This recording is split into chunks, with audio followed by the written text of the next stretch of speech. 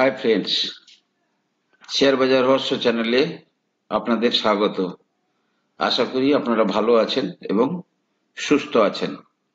গুপ্তধনের সন্ধানে আমরা এগিয়ে চলেছি একের পর এক নতুন এপিসোড নিয়ে। ফ্রেন্ডস, আজ আমরা রেন ইন্ডাস্ট্রিজ লিমিটেড একটা কোম্পানি, এই কোম্পানিটা নিয়ে আপনাদের কাছে ব্যাখ্যা করব। বেসিক্যালি কোম্পানিটা করে কি? কোম্পানিটা কার্বন প্রডিউস করে, সিমেন্ট প্রডিউস করে এবং অ্যাডভান্স মেটেরিয়াল প্রোডাক্টস, ঠিক আছে। এবং এর যে প্রোডাকশন, এর কিন্তু প্রায় 8টা দেশে এর প্রোডাকশন আছে। এশিয়া, ইউরোপ, আমেরিকা, 3টে কন্টিনেন্টেই কিন্তু এর বিজনেস আছে। বেসিক্যালি ইনফ্রাস্ট্রাকচার ডেভেলপমেন্টের জন্য কিন্তু এই মেটেরিয়ালটা, এর যে প্রোডাকশন গুলো, সেগুলো খুব কাজে লাগে। ফ্রেন্ডস, এর যদি যে নতুন ভেঞ্চার সেটা যদি দেখি, আগে বলি মাত্র 5,519 কোটি টাকার কোম্পানি, সস্তা ভ্যালুয়েশন 18.6। কিন্তু একটা ডিসঅ্যাডভান্টেজ হচ্ছে কি না, কোম্পানির লোন আছে প্রায় 9,372 কোটি টাকা এদের কাছে দেনা পড়ে আছে। কোম্পানি তার দেনা কিন্তু খুব তাড়াতাড়ি শোধও করার চেষ্টা করছে।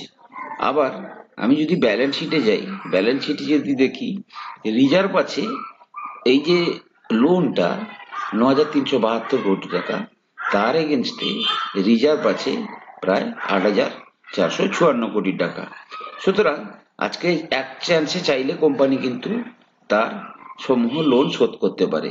ইকুইটি ক্যাপিটাল মাত্র 67 কোটি টাকা।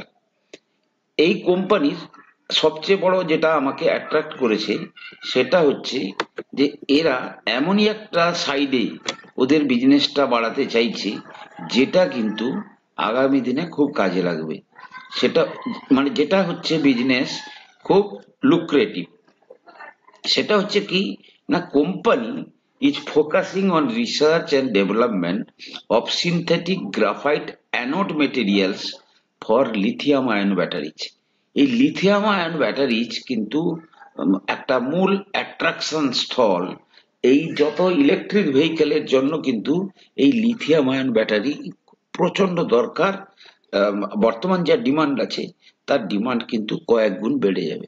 সুতরাং কোম্পানি কিন্তু এই ফিল্ডে তাদের ডেভেলপমেন্ট শুরু করছে এবং কোম্পানি তার ম্যানেজমেন্টে বলেছে যে দীর্ঘদিন ধরে এই কোম্পানির যে ভলিউম এবং প্রফিট ডিক্রিজ হচ্ছে, সেটা কিন্তু 2024-এর ফার্স্ট কোয়ার্টার থেকে তাদের কিন্তু সেইটা ইমপ্রুভমেন্ট হবে এবং স্লো ডাউনের কারণে ওদের প্রোডাক্টসের যে একটা মার্জিন প্রেসার ছিল সেটাও কিন্তু ইমপ্রুভ হবে।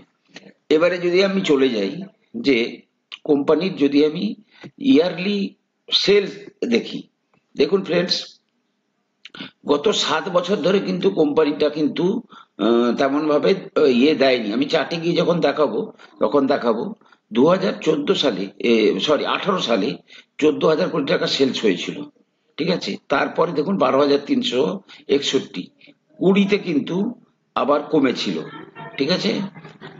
আগে কিন্তু এর মার্জিনটা কিন্তু খুব বেশি ছিল, যেমন ধরুন 14%, 12%, ঠিক আছে।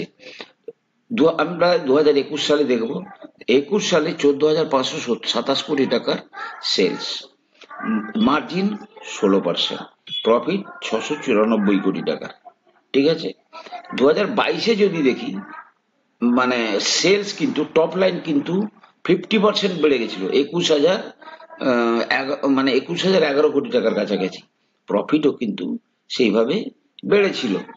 এবারে কিন্তু কিছুটা এই স্লো ডাউনের কারণে সে জায়গায় কিন্তু একটু সমস্যা দেখা দিচ্ছে। ইনভেস্টরের কথা যদি দেখি, যে এখানে প্রমোটারের কাছে প্রায় 41% শেয়ার আছে, আর ফরেনারদের কাছে প্রায় 12% আছে। ফরেনাররা কিন্তু একটু সেলস করছে এটাকে, কোম্পানির শেয়ারকে। সুতরাং এটা হচ্ছে এর উইক পয়েন্ট। কিন্তু মেন যেটা সবচেয়ে বেশি অ্যাট্রাকশনের জায়গা, যেটা আমাকে সবচেয়ে বেশি ভালো লেগেছে, সেটা হচ্ছে চার্ট প্যাটার্ন। আমরা যদি চার্টে যাই, আপনারা দেখবেন চার্টটা আজকে যে রেটে পাওয়া যাচ্ছে শেয়ারটাকে, এটা কিন্তু 2017-তে এই রেটে কিন্তু শেয়ারটা ছিল। হাই কত করে ছিল? হাই হচ্ছে 473 টাকা। সেখান থেকে লো এসছিল কততে?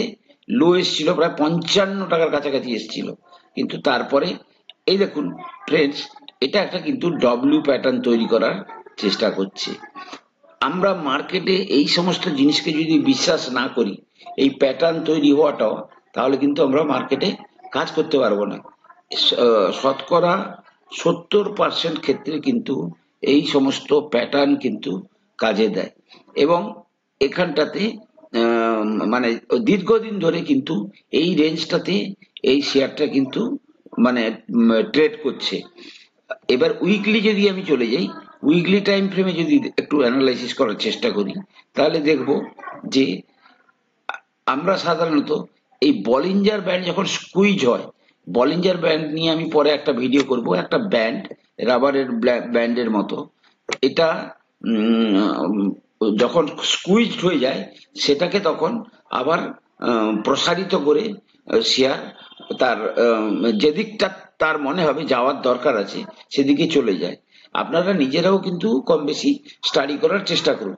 তো বেসিক্যালি এক হচ্ছে লিথিয়াম আয়ন ব্যাটারি, আমার ভালো লেগেছে এই কোম্পানি নতুন করে লিথিয়াম আয়ন ব্যাটারির জন্য যে নতুন প্রজেক্ট শুরু করছে।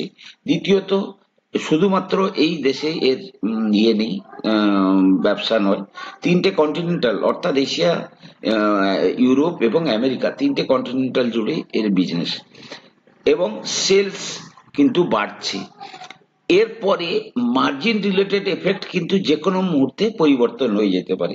প্রত্যেকটা প্রোডাক্টের ক্ষেত্রে দেখেছি অনেক কোম্পানি 14 বছর 15 বছর পরেও কিন্তু টার্নওভার করে, এবং তারা যখন টার্নওভার করে অ্যাট এ টাইম 5 গুণ 6 গুণ পর্যন্ত রিটার্ন দেয়। তো আমি এই শেয়ারটাকে এক্সপেরিমেন্ট পারপাসের জন্য আমি কিন্তু আমার ওয়াচ লিস্টে রেখেছি, এবং আমিও কিন্তু মানে অল্প অল্প করে এটাকে কিন্তু অ্যাকোমোডেশন করার একটা চেষ্টা করছি। যদি এখান থেকে এ আপ এটা ভাঙে, তাহলে দেখা যাবে যে এর ফার্স্ট টার্গেট যেটা হিসাব অনুযায়ী 266-র কাছাকাছি, তারপরে টার্গেট কিন্তু 411 বা তারও হাই ভাঙতে পারে। তো ফ্রেন্ডস, আপনারা, আমি যে সমস্ত শেয়ারগুলো আপনাদের সামনে ব্যাখ্যা করছি, সব শেয়ার আপনাদের কিনতে হবে তার কোনো মানে নেই। আপনারা কেনার আগে আপনাদের যে সমস্ত অ্যাডভাইসার আছে, ফাইন্যান্সিয়াল অ্যাডভাইসার, তাদের পরামর্শ নিয়েই কিন্তু শেয়ার কেনা বা বিক্রি করবেন। আমার কথা শুনে কোনো শেয়ার কেনা বা বেচা করবেন না। আমি কেবলমাত্র সাধারণ ইনভেস্টরদের মধ্যে কিছুটা নলেজ বাড়ানোর চেষ্টা করছি, আর কিছু না।